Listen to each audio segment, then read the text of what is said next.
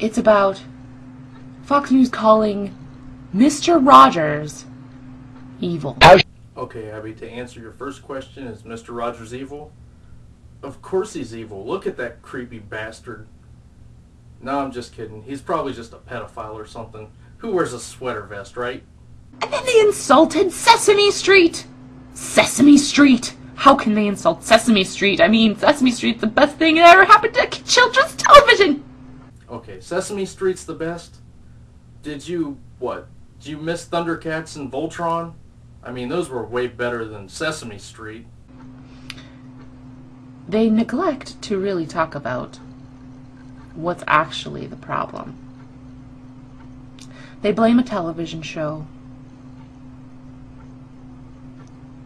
A television show that was meant to educate and entertain, instead of where the blame actually should lie. The parents. The idea that blaming a television show, a video game, a book, the internet, music, art, for your child's problems, for our society's woes, is incredibly short-sighted and without personal blame. I totally agree. Everything that the children do is a direct result of the parenting. If the parent doesn't take an active interest in what their child is doing, then their child is going to be doing the wrong thing. Too often, we as a people seek someone else to raise our children. I know it is a tendency for people to want to live their life and not be burdened by their own children and pawn them off, and their children are raised by grandma or their aunts and uncles or babysitters. And a lot of children I know have been shoved from one babysitter to another and barely ever see their parents. These do not grow up to be productive members of society. These kids turn out pretty bad. I mean, I've already seen enough of them in my own generation. I know it's coming. It's not going to get any better. So anyway, what I'm trying to say is I know a lot of parents try to blame everything on everybody else because that's part of, well, you were watching my kid, you corrupted them, you made them this way. It's your fault, not mine. I'm still a good parent. That's bullshit.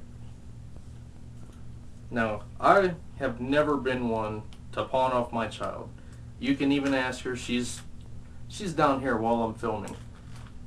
I don't ever ask anybody to babysit my daughter. She can choose to go someplace for a while if she wants, but she has not spent more than 2 days out of our direct care in her entire life. Both of my parents worked too. Not at first. My mother stayed at home with me and my sister until we were old enough to be on our own. But they also did teach us things. We spent a lot of family time together, and that's great. And another thing I'd like to mention about not pawning off your children, I don't even go to a friend's house without taking my little girl with me. She goes everywhere with me as soon as I'm home from work. There's not a minute that goes by that I don't spend with her if I have the chance. How many other parents out there can say that? I've heard people saying how I need a break from my kids, or my kids are driving me crazy. I never have that. People think I'm weird because I don't want a break from my child. I wish I could take her to work with me. I wish I could have taken her to college with me. I couldn't, but I would have. And just today, instead of coming home and sitting on the computer or telling her to go outside, which I don't tell her, go outside, go play, go watch TV. I don't do that crap. I spend my time with my child. We went for a bike ride today. We went to the park.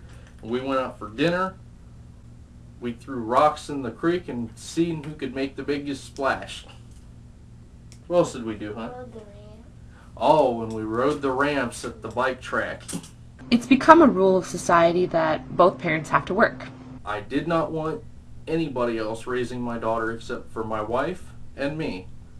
And I made the choice to have my wife quit working when she was pregnant so that she could be a stay-at-home mother. Now, my mother stayed home when I was little. I don't think my daughter deserves any less than that. What do you think, Misty? Are you glad you had Mommy at home with you? Yeah. Instead of Mommy having to go to work? Yeah. Now, as far as the both parents have to work thing, I agree it would help, but we're getting by on one income, and it's going to stay that way until my daughter's a full-blown adult. After that, well, it probably won't even make a difference. I'll probably be able to make way more than my wife anyway.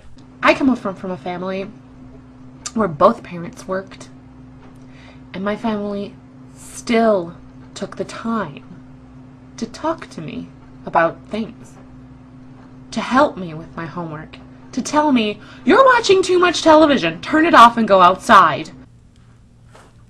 So anyway, I'm trying to say that a lot of people out there who pawn off their children and don't spend time with them, they shouldn't be parents. They don't deserve to have children, and their children are not going to turn out very well because they're not wanted and loved. Now, my daughter is very smart, very beautiful, and she knows that she's loved and appreciated and that I'm proud of her.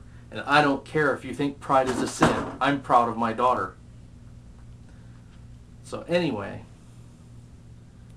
another thing I wanted to mention was the justice system. Like when a married couple gets divorced, the tendency is, in the United States anyway, give the mother the children. Well, what if there's a bad mother? What if the father wants to be a father and the mother wants to be a bitch and won't let him?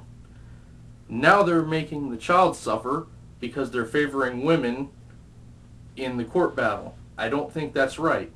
Now, I'm all for equality, but whenever it comes to these cases, the court should have somebody go in and determine who's the better parent, not just give them to the mother. I know a lot of bad mothers around here. I know a lot of bad fathers too.